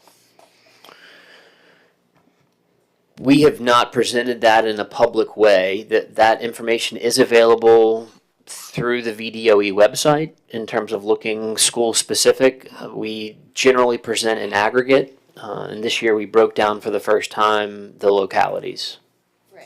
Right. I mean, it would just be interesting to know, not to cast any one school in a bad light per se, or good light per se, but I'm just curious if that's if we're really looking at targeted approaches, if that's something that at some point we need to look at. I will say that from the superintendent level and the central support level, we do look at that data, and that helps inform the school improvement plans that each school puts together in terms of their goals, year over year data, and how different groups are performing within the school scenario. It's not something I'm opposed to sharing with the school board, but I will say that it's a data point that we utilize on a recurring basis with our leaders. Okay. No, I was just going to say, when I was in the school division over 26 years ago, and the paper used to do that, and it was never a good. Not good. It was not good, and because that's not even comparing apples to apples with different elementary schools, to see one school here, one there, and then nobody wants their child, and they didn't understand because we didn't break it down to what some of the supports were but it was never, people did not like when we broke it out to the public. Now, in-house, yes, I think it's important, but there's not enough education for the public, what I saw in the past, to explain what they were seeing when you break it by school. And the data is available on the Virginia Department of Education website, and we've seen from members of our community who shared with us their perspective around different data points. I think that our goal this evening was to say, here's where we are as a school division, and here's what we intend to do as a school division.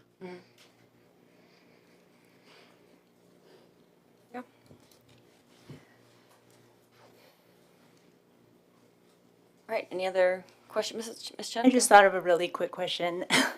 I will say, I had sent Dr. Cooper a lot of questions in advance, so I appreciate all of the incorporation in answering those very important questions regarding this. So I just thought of one more thing. It was about the previous, before our break, and you certainly don't have to speak to it in detail at this point, but it would be nice if, at least I think, as an SBQ or something, just so that I don't forget. I know that at some point in presentations about the new accountability system, we get additional points beyond a whole, right? For students that achieve advanced on SOL. And I do think that this presentation was extremely important. I appreciate all the time that went into it, but I didn't necessarily, I guess that's just one sort of lingering detail in terms of what are things we're doing. Like on slides 35 through 38, it is mostly focused on high quality tier 1, which is great, like getting everybody to pass. Right. But like what in addition, you know? What are the this- enrichment or enticement opportunities for students Right, 'cause who I are think if already our- demonstrating yeah. proficiency? I think if our goal is to truly be a premier school division, right, we want to get as close to that 100 points as possible to get that distinguished, you know, and then we would love, of course, we would love to have every school be distinguished, right? And so those are all the different strategies and targeted supports. And those are also targeted supports, you know, just, so that was something I was curious about. We can look at some of the reporting mechanisms by school in terms of point totals and different categories and weightings. As we began to look at some of the initial results coming in, it is a fairly overwhelming spreadsheet of numbers and percentages and data points. To your broad question around, most of what we talked about tonight is what we believe is important and foundational for all students. How are we helping extend or enrich the learning environment for those students that may already be at the middle or upper level in terms of their learning? How do we continue to push them? I appreciate that question.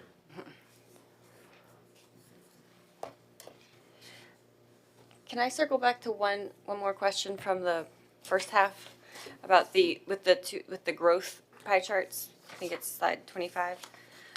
And I'm sure this was mentioned, but who sets the expectation for growth for the different students or the different groups? So that's determined by the VIVAS, Virginia Visualization Analytics Solutions software, and looking at a student's previous test history. So that's why third grade students were not included in growth, because they don't have a previous SOL test history. So then taking a student's test history, you have to have 2 years worth of data, and then taking performance from across the state of your peers with that historical performance, and then statistical model calculating expected growth and actual growth. Okay. And so for some students, they could fall into below expected growth, but they perhaps were already advanced. That's accurate. Okay. So this is kind of, you can slice it and dice it in different ways. It doesn't just mean that 34.1% failed to grow an appropriate amount, or That's an excellent point. You could have a student who scores pass advanced on the SOL test and really could have probably scored that coming in near the start of the year. And therefore their projected growth is minimal. Minimal, right. So that's, yeah, I mean, it's kind of I understand why it's in here, but it could be misleading in a number of different ways, not Yes, intentionally, it but could. just difficult to know how to read it, but okay, thank you. Any last questions before we move on for the evening? No? All right, well, we do want to Thank you. thank you very, very Yes, much for this thank you. very detailed and thorough presentation and willingness to look at things in a slightly different way than we have in the past in order to really identify where we need to focus our resources and our time and efforts. And so we appreciate it. I know this was a lot of work, so thank you very much. Thank you. All right, we will move on to a handful of action items. 7.01, approval of personnel actions. Can I have a motion? Madam Chair, I move to approve personal actions as presented. Thank you, Mr. Riffle. Is there a second? Second. Thank you, Mrs. Henley. Mr. Riffle, Aye. Dr. Cavazos, Aye. Ms. Chen, Aye. Mrs. Donner, Aye. Mr. Hosang, Aye. Mrs. Hunley, Aye. Mrs. Ortego. 7.02, approval of appointments to the Career Ready Advisory Committee. Madam Chair, I move to approve the appointments to the Career Ready Advisory Committee for a 2-year term ending September 30th, 2027 as presented. Thank you, Mrs. Henley. Is there a second? Second. Thank you, Mr. Riffle. Mrs. Hunley, Aye. Mr. Riffle, Aye. Dr. Cavazos, Aye. Ms. Chen, Aye. Mrs. Donner, Aye. Mr. Hosang, Aye. Mrs. Ortego. Aye. Item 7.03, approval of appointments to the Special Education Advisory Committee. Can I have a motion? Madam Chair, I move to approve appointments to the Special Education Advisory Committee for a 2-year term ending September 30th, 2027 as presented. Thank you, Ms. Chen. Is there a second? Second. Thank you, Mrs. Henley. Ms. Chen, Aye. Mrs. Donner, Aye. Mr. Hosang, Aye. Mrs. Hunley, Aye. Mr. Riffle, Aye. Dr. Cavazos, Aye. Mrs. Ortego. Aye. And last but not least, item 7.04, approval of release from compulsory attendance for case number R2526-04. Can I have a motion? Madam Chair, I move to approve release from compulsory attendance case number R2526-04. Thank you, Mrs. Henley. Is there a second? Second. Thank you, Mr. Hussein. Mrs. Hunley, Aye. Mr. Riffle, Aye. Dr. Cavazos, Aye. Ms. Chen, Aye. Mrs. Donner, Aye. Mr. Hosang, Aye. Mrs. Ortego. Aye. All right, then we will come to our board member comments. Mrs. Henley, can I start with you tonight? Sure, thank you. So, had 2 school visits. Mr. Hossein and I went to Hornsby, and it's always good to, when presentations like our colleagues just gave, and we can actually see what they're understand what they're talking about when we see it in action. So we went to Hornsby and we met a lot of the new teachers. I think we met about 8, and they were doing a phenomenal job, career switchers. And I asked them, because I serve on the launch, how are you getting some? They were all supported. They loved their person they were paired up with. One young man, though, there was something he just didn't know, but it was interesting because sometimes you don't know what you don't know. But it was good to be able to have an administrator there to hear some things and go, oh, maybe we're going to put that on whoever heads up launch at the school so that they could get on that, because that was something that hadn't come up. And so we went into a science class, and I was excited to see the hands-on. So when we see the reports talking about hands-on learning, it's important because some were on the computer looking at science cells that they were making, and then building it and being able to articulate to us what was going on. And I also appreciate it when we talk about our economically disadvantaged students. They have all the materials there. Like you don't have to worry if you don't have all the cute little stickers and all this clay and things that they were building. And then we went to JBB. We were in a 1st grade class. It looked like a 4th grade class. they were doing map skills, and the teacher had put up a map key of the room, and then she would ask them, is that item north, south, east, or west? And they would look and they'd see. And so she did that. And then we thought that was it, but wait, they went back to groups. They had a huge piece of chart paper. The kids had already put the symbols, drawn their own symbols, and that group was then putting the symbols in north, and we were looking at each other like, that's first grade. Oh my goodness. And this part of the time of the year, like, wow. And they were up for the kids will do it. If you believe they can achieve it, they were going for it. And then we also saw, which was dear to my heart, fourth graders paired up with first graders reading buddies. And I was like, y'all get to still do reading buddies? That is so important to have time to do that, because those little kids were just looking at them. And there was one girl in a chair, and we said, oh, she's going to be in the future teacher. She had them, she had the book and everything. And JBB does do a teacher group for kids that go from there over to Hornsby. And then we hope to catch them in the Teach for Tomorrow. Is that what it's called still? Teach for Tomorrow in our division. And hopefully we can catch them. And then I'm looking for the day we will employ one of those students, the homegrown students for us, into into our workforce. So thanks for the report, the accountability, accreditation, academic progress, and thanks to Ms. Aller, who has to coordinate all our visits, and it's a lot. And I appreciate having the opportunity to go, because we learn a lot to bring to this work session when we familiar with what we're talking about. I'm sorry, I stole all your thunder, but you can. Ditto. Well, I'll start off with the visits and just what you were getting at. The one teacher, and I can't remember exactly what it was, but it was a basic computer issue, like how do I put this into the computer system so I'll just make it up, get supplies. Mm-hmm. And the administrator was like, oh, that should have been gone over initially. So it's one of those basic things that I think a lot of us would take for granted when we go to a new building, a new business, new school, of exactly how they do things. And so something that simple to most of us is going to be difficult for the new teachers. So that's one of the things that we learned, and hopefully that will move forward. I'd love the fourth graders helping the first graders learn to read, and I know this is a very unique situation between Hornsby and JBB, where they're right next to each other, where they can bring someone from the middle school over to the elementary school to assist the elementary school students.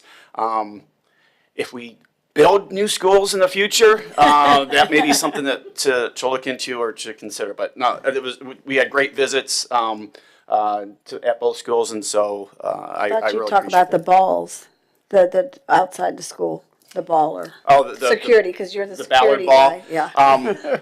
And I can't. I don't remember who the teacher was, but they painted it, and it was a near perfect version of the world, with all the continents and everything, and it had JBB right there, right in the middle. So it was beautiful. It was very nice, and we appreciated that. So, two other quick issues I want to talk about. I received an email, and I'm not sure whether everyone else received one. It was just sent to me. I'm assuming, hopefully, everyone received it. It was encouraging that our school system sends someone to the Boys and Girls State activities. I can say when I was in high school a year or two ago, I attended Boys State, and when I was in Ohio, and it was a great learning experience. So if there's anything that we can do to assist our students to attend Boys and Girls State when it takes place, I greatly encourage that. So if we can get that accomplished, that's a vote for me. And finally, I attended the Colonial Williamsburg Educators Appreciation Night. It was a great night. We got to tour the art museum, learned a little bit about how Colonial Williamsburg can assist our teachers in our school division. in different aspects, and especially with the 250th anniversary coming up. They are doing some special things, and so hopefully our school system can take advantage of that since it's in our backyard. We also had a presentation from Ann, I think I'm going to pronounce the last name, Wager. She was a teacher at the Bray School, and who explained her role as a teacher there from 1760 to 1764. I thought she looked very good for her age during that time frame, but she just told us about how the students that she had and their experience and their background, and how the school started. So I just thought it was a great experience to learn from her. And again, if our school system can take advantage of Colonial Williamsburg and have our students go down there and learn, we might as well use the assets we have in our backyard. So I encourage that greatly if we can. Thank you, Mr. Hosang. Mr. Riffle? Thank you, Madam Chair. To Mr. Hosting's point, I attended the Boys City of Virginia, and once you said that, there's a theme song they sing, and it's. Oh, please sing. I'm not going to sing it, but it is very haunting. It is something you could. I was in the Boys State Choir, and I remember every time I hear it, I just think about the song. I'm sure Ohio has a song too, where it's I was not in the choir, so I didn't know. Your city had to learn it. It was like a thing for points. So, anyways, it is a great program. It's something that's actually sponsored by part of the General Assembly. I think it's in partnership with the American Legion. It's an amazing program. So I think we actually do it, from my understanding. So, no one's talked about the groundbreaking besides Dr. Keever, so that was pretty cool. Not every day you have to wear a hard hat with a logo on it and see some of the students who this we're setting up for come out and just hang out in the dirt and see a big construction vehicle and things like that. So that was really awesome and a good way to kind of break up the week for me. I also had a meeting that same day with Matthew Whaley's Garden with the Master Gardeners and a person from SHIP and the 4-H Club, just to talk about some education, curriculum type ideas around the garden space and how it's being utilized and how we could better do that at the state level and at the school level. So I have some ideas that I'm going to try to kick around with some people first before I start rolling on our door about it. But these are amazing assets that we have, and they're great partners with the volunteers that they have. The number of hours that Master Gardeners put into our gardens, especially at Matthew Way, which is the premier one in our division. It's 25 years old, and it's something that's recognized by the state as a pretty exclusively great Master Gardeners Association place. So, I don't think we shouted out enough about how great a resources we have with our community and things like this, or things that are growing in other schools. So. I also attended the CW Education tonight. I didn't see Mr. Hosang. I don't know. They just kept us separate for the whole night. I don't know why. And then I did the Jamestown Homecoming Parade with PTSA, and that was really fun to see some people from my district and parents and students and enjoying their first homecoming or their homecoming for the year. And I'm pretty sure the pep band is kind of the marching band kind of steals the show. I feel like they're the only people that are prepared for a parade, whereas everyone else is just kind of on a float for 6 seconds. So it was just everyone's they're making us great. I'm this is so hard with a 200-person band killing it in front of us. So. Well, good job, and it was awesome to see our community out. It was cool to see that the neighborhood of the city of Williamsburg come out, the people who live in the streets there, just to watch the students come down, and of course the parents from Jamestown and all that. So I will end the last part of what tonight was, which is just kind of, it is a report card. It is kind of a check-in, kind of a gut check is what we say in our family at my house, or my parents a lot. But it's a place where you could point fingers, or you could make headlines, or say something unintentional. But I think our division takes this data very seriously, and for us to break it up the way we did this year is something that's moving towards a place of transparency for our partners at the top and for the people who maybe don't really understand the dynamic we have in our division as a joint division. So what I say, as maybe the resident optimist, I think this is something that's very encouraging. I think it's a place where we can understand where we are and where to go. And I'm excited for what our educators can do with this moving forward. So thank you, Madam Chair. Thank you, Mr. Riffle. Ms. Chen?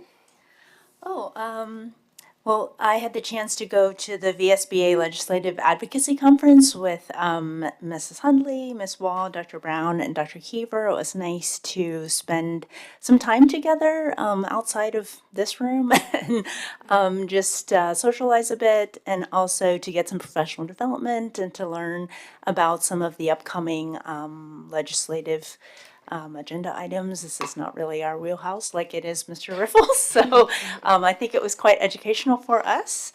and I enjoyed that time together.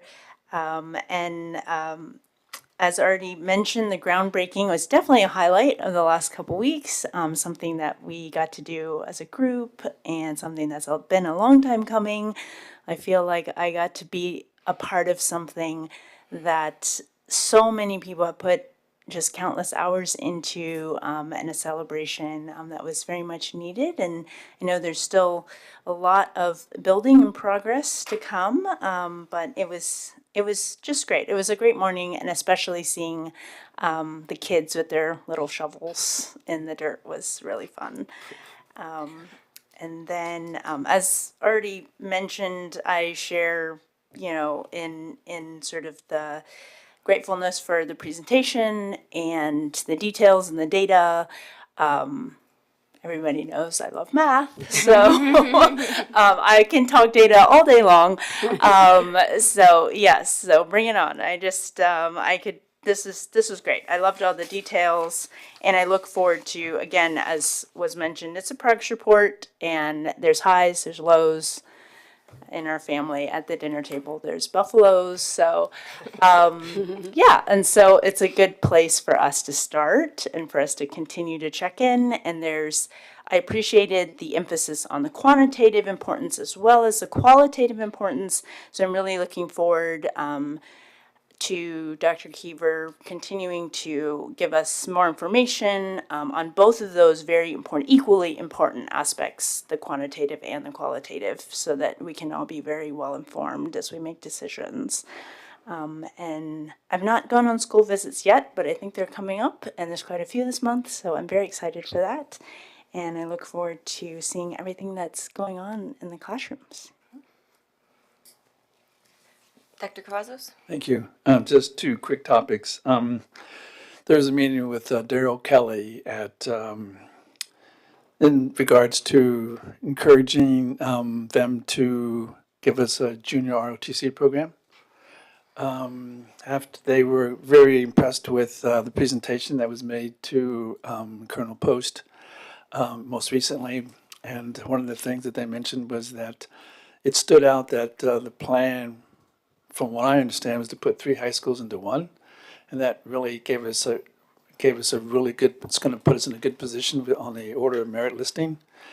It was also divulged that there were 68 programs that only have 1 instructor, and in order to be a credible program, you have to have 2 instructors, and they have until December to come off their probation.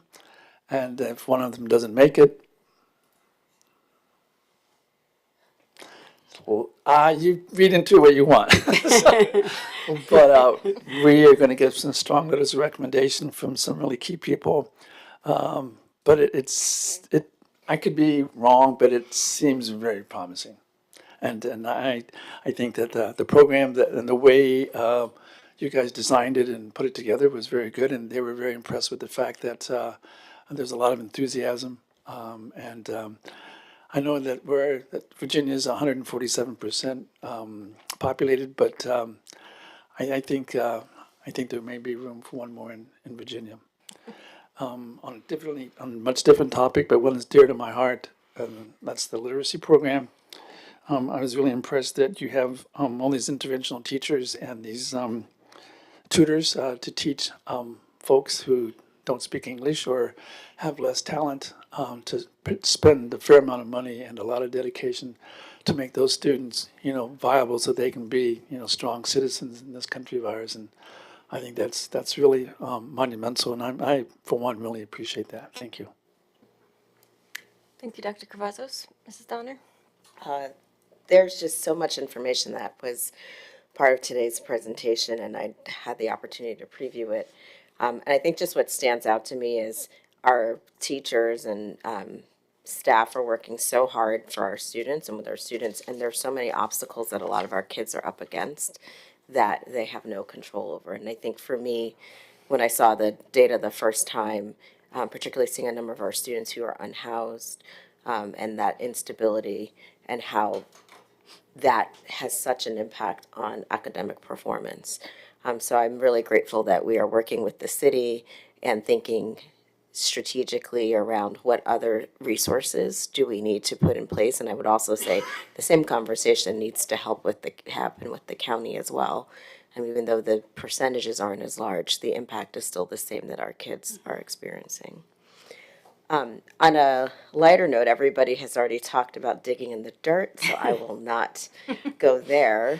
But I would like to, and I just lost it, I would like to acknowledge that we, if I can get it to click, we did have, maybe not, I can't get it to click. Oh my goodness, when you click off of things.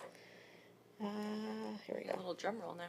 I know, now I've made it so dramatic, it's not going to even be that interesting. But I did want to acknowledge that we did have 2 WJCC school students named for National Merit Scholarships finalists. So Eleanor Rossi of Jamestown High School and Madeline Chen from Moore-Hill High School. So I think that is so exciting. Yay. But looking forward to some upcoming school visits and also supporting the WJCC Schools Foundation this week at their fundraiser. So really excited for that. Thank you, Mrs. Donner.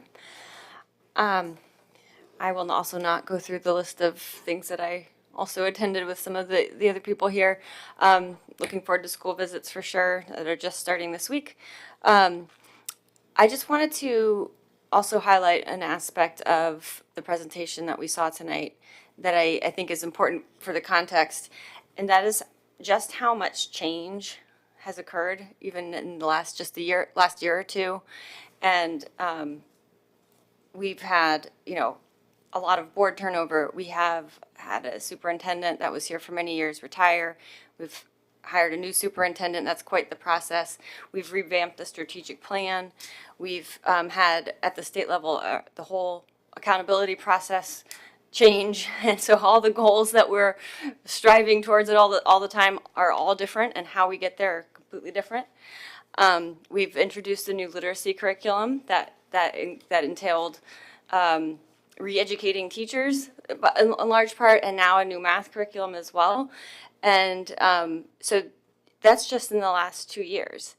That's an incredible amount of change. Good change, it's positive change, but change is hard, and there's a lot of moving parts to that.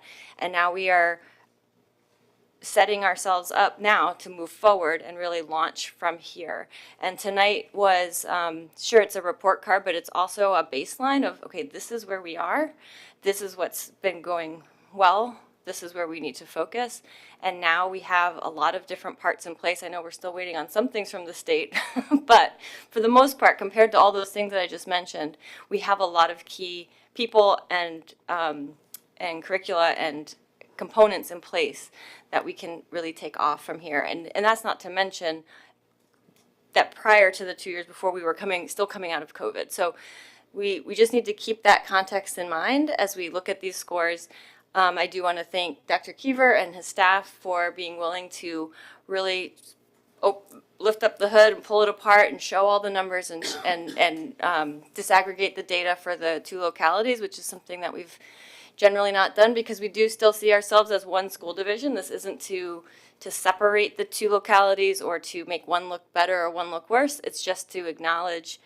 You can't fix anything you don't acknowledge. So we just have to see where we are. But I am very hopeful and very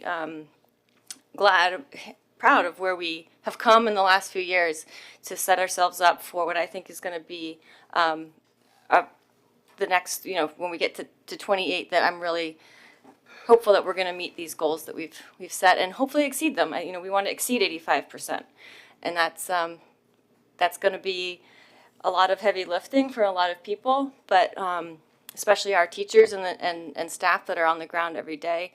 And we just want to acknowledge that we know that it's so much work, but it's going to be so worth it. And we know that our teachers and our staff come to school every day for the kids and to better their lives and to better their education. And that's the reason that they're here in the first place. So I'm very excited for where we're about to go. So that is I'll just leave it at that.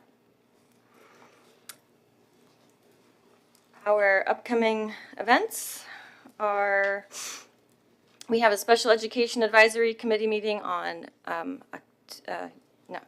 October 15th at 5 p.m. in room 108 of the School Board and Central Office.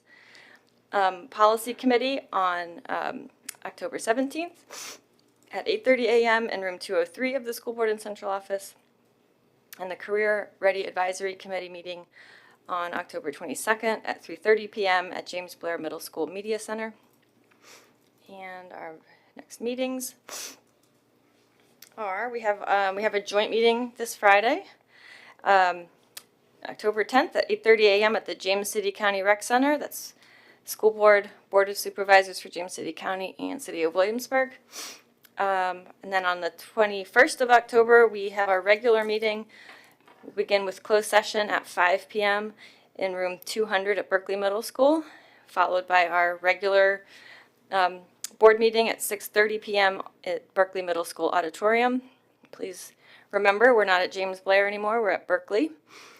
And then for November 11th, we begin closed session at 4 p.m. in room 300 of the annex, and we'll followed by work session and action items at 4:30 p.m. also here in room 300 of the annex. And we have our agenda set for our next meeting. With that, this meeting is adjourned.